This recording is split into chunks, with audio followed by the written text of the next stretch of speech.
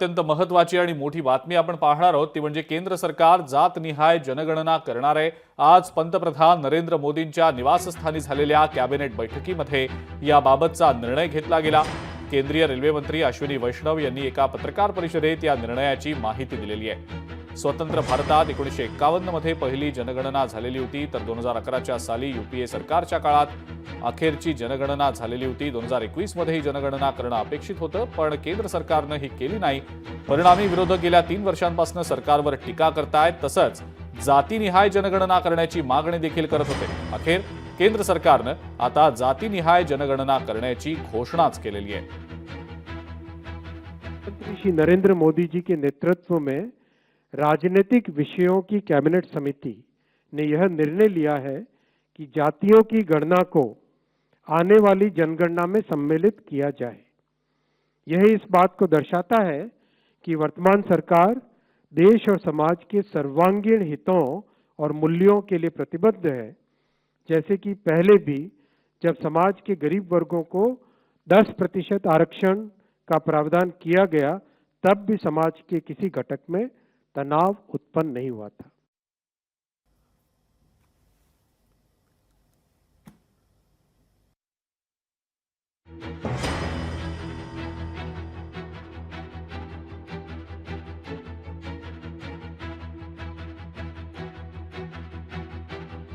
प्रधानमंत्री श्री नरेंद्र मोदी जी के नेतृत्व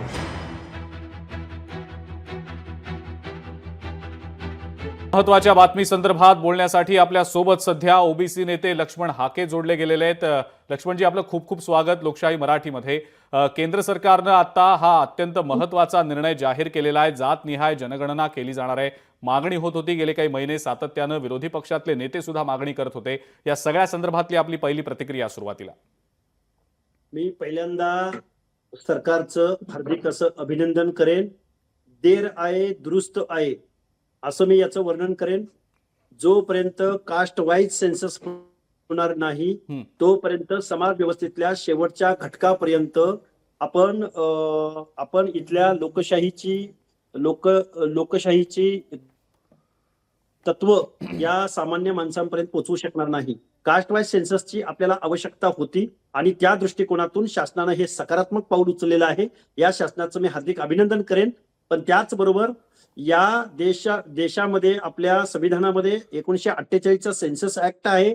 हा सेन्सस ऍक्ट मध्ये पहिल्यांदा अमेंडमेंट करावी लागेल आणि आजची परिस्थिती पाहता ही अमेंडमेंट करायला कुठलीही अडचण असणार नाही। आणि 1948च्या सेन्सस ऍक्ट मध्ये अमेंडमेंट झाल्यानंतर कास्ट वाईज सेन्सस करण्यासाठी योग्य असं वातावरण या देशामध्ये तयार होईल। पण याचे काही वेगळे परिणाम होतील का असं वाटतं का लक्ष्मण हाकेजी? कारण काहींचा याला विरोध देखील असल्याचं समोर आलेलं होतं। अनेक प्रतिक्रिया सोशल मीडियावर देखील समोर आलेल्या होत्या। जातनिहाय जनगणना करण्याची इतकी गरज काय असा सवाल देखील अनेकांनी विचारला होता। समर्थन देणारेही खूप होते, विरोध करणारे सुद्धा खूप होते। त्याबद्दल नेमकं काय वाटतं? हे बघा, या देशामध्ये 7 समुद्रापलीकडून आलेल्या इंग्रजांनी 1861 ते 1931 पर्यंत दर 10 वर्षांनी कास्ट वाईज सेन्सस केला। 7 समुद्रापलीकडून आलेल्या इंग्रजांनी इथल्या सर्वसामान्य माणसाची कास्ट वाईज सेन्सस करून त्यांचं सोशो इकॉनॉमिकल स्टेटस काय आहे, त्यांच्या जीवनामध्ये आपल्याला परिवर्तन कसं करता येईल, त्यांना त्यांचं जीवनमान, त्यांचं सिव्हिलायझेशन करण्याच्या दृष्टिकोनातून आपण त्यांना न्याय कसा देता येईल हे इंग्रजांना कळत होतं। तर मग देशाला स्वातंत्र्य मिळाल्यानंतर आपल्या शासकाकडून या गोष्टी होणं अपेक्षित होतं। त्यामुळे कास्ट वाईज सेन्सस झाल्यानं नक्की अडचण काय आहे या लोकांना? मला सांगा, एका विजय एनटी प्रवर्गातल्या, घुमंतू नॉन घुमंतू प्रवर्गातल्या एका कम्युनिटीला न्याय द्यायचा आहे, एका कम्युनिटीला समजा बजेटरी तरतूद करायची, पण त्या कम्युनिटीचा आकडा हेड काउंटच जर आमच्या टेबलवर नसेल तर त्या माणसांना आपण किती बजेट देणार? त्यामुळे जोपर्यंत हेड काउंट होणार नाही आणि परत तो कास्ट वाईज हेड काउंट होणार नाही तोपर्यंत त्या माणसाला, त्या कम्युनिटीला, त्या प्रवर्गाला आपण न्याय देऊ शकणार नाही। हे त्यामधलं वास्तव आहे। पण लक्ष्मण हाकेजी, आणखीन एक महत्त्वाचा प्रश्न तुम्हाला हा विचारायचा होता की आता अनेकांचं असं म्हणणं आहे की बिहार विधानसभा निवडणुका आता येऊ घातलेल्या आहेत आणि या निवडणुकांच्या आधी हा एक मोठा निर्णय केंद्र सरकारनं घेत मोठा मास्टर स्ट्रोक आता त्यांनी केलेला आहे। राजकीय किनार आहे का या सगळ्या निर्णयाच्या मागे, असं खरंच वाटतं? अनेकांचं तसं मत बनलेलं आहे, त्याबद्दल आपल्याला नेमकं काय वाटतं? हे बघा, एखाद्या सरकारनं जर एखादा ऐतिहासिक निर्णय घेतला असेल आणि तो सामाजिक परिवर्तनाच्या दृष्टिकोनातून, आर्थिक परिवर्तनाच्या दृष्टिकोनातून जर इथल्या सामाजिक न्यायाच्या प्रतीक्षेमध्ये असणाऱ्या लोकांना जर त्याचा लाभ होणार असेल तर राजकीय प्रॉफिट सुद्धा त्यांना होणार ना.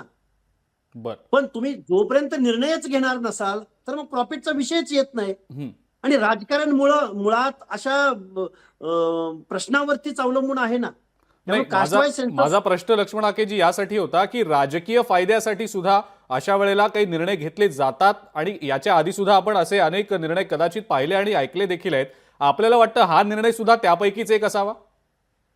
नाही, कास्ट वाईज सेन्सस जर हा निर्णय घेतला असेल तर या सरकारचं मी खरोखर अभिनंदन करेन. बिहारच्या निवडणुका, बिहारचं गव्हर्नमेंट, बिहारची जनता ठरवेल. पण हा देशभरासाठी सेंट्रल गव्हर्नमेंटचा निर्णय आहे. खरंय. त्यामुळे एका राज्यासाठी पूर्ण देशाचा निर्णय, मी शासनाचं याबद्दल अभिनंदन करतो. कारण एक बिहार हे राज्य आहे आणि जर देशभरामधला जर कास्ट वाईज सेन्सस करून जर त्यांना बिहारमधला लाभ होणार असेल तर त्यांना शुभेच्छा आहेत. पण तुम्ही कास्ट वाईज सेन्सस करा आणि कास्ट वाईज सेन्सस केल्यानंतर त्यांना बजेटरी तरतूद करा आणि सामाजिक परिवर्तनाचं तरतुदी तुम्ही करा. या शासनाचं आम्ही अभिनंदन करू, स्वागत करू. हो, आणि हा निर्णय सर्व समाज घटकांच्या कल्याणासाठी घेतला असं सरकारनं जाहीर तर केलेलंच आहे. मात्र आपल्या दृष्टीनं काय काय फायदे येत्या काळात या जातनिहाय जनगणनेचे दिसू शकतात असं वाटतं? कारण सातत्यानं ही मागणी केली जात होती. विरोध करणाऱ्यांना विरोध करू दे, तो विषय वेगळा आहे. पण जे समर्थन करतायत त्यांना नेमकं या संदर्भात काय वाटतं? काय नेमके फायदे किंवा काय नेमके परिणाम येत्या काळात त्याचे दिसू शकतात असं वाटतं? आवाज पोहोचतोय का? हो, येतोय. बोला लक्ष्मणजी, बोला. हा सकारात्मक परिणाम निश्चित दिसू शकतील. कारण आपल्या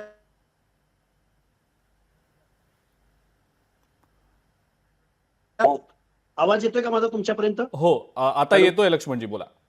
हा, तर आपल्यात आर्थिक नियोजन भरपूर झालेले आहेत देशाला स्वातंत्र्य मिळाल्यापासून. हो, इथं मोठमोठे पाण्याचे प्रोजेक्ट झालेले आहेत, इथं खूप मोठे रस्त्याचे प्रोजेक्ट पूर्ण झालेले आहेत. पण सोशल जस्टिसच्या बाबतीमध्ये आपण कुठेतरी मागं पडलेलो आहोत असा माझा आरोप आहे एक ओबीसीचा आंदोलक कार्यकर्ता म्हणून. आजही गावगाड्यामधल्या भटक्या विमुक्त जाती जमातीच्या लोकांना जमिनीशी समांतर पालामध्ये राहावं लागतं. आजही या लोकांना शिक्षणाचं गळतीचं प्रमाण खूप मोठं जर कुणाचं असेल तर त्या ओबीसी मधल्या बलुता, अलुता, भटक्या विमुक्त जाती जमाती, कुडमुड्या जोशी, बेरडबेड्या रामोशी अशी कितीतरी जातींची नावं घेता येतील.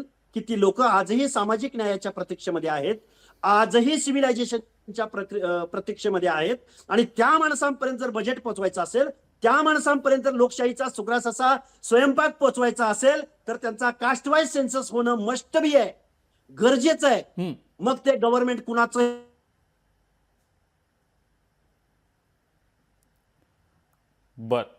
करेल. ठीक आहे. लक्ष्मण हाकेजी, खूप खूप धन्यवाद. आपण लोकशाही मराठीशी बोललात आणि या सगळ्या संदर्भात आपली परखड मतं व्यक्त केलीत त्याबद्दल. लोकशाही मराठी ऐका, पहा, जागरूक रहा.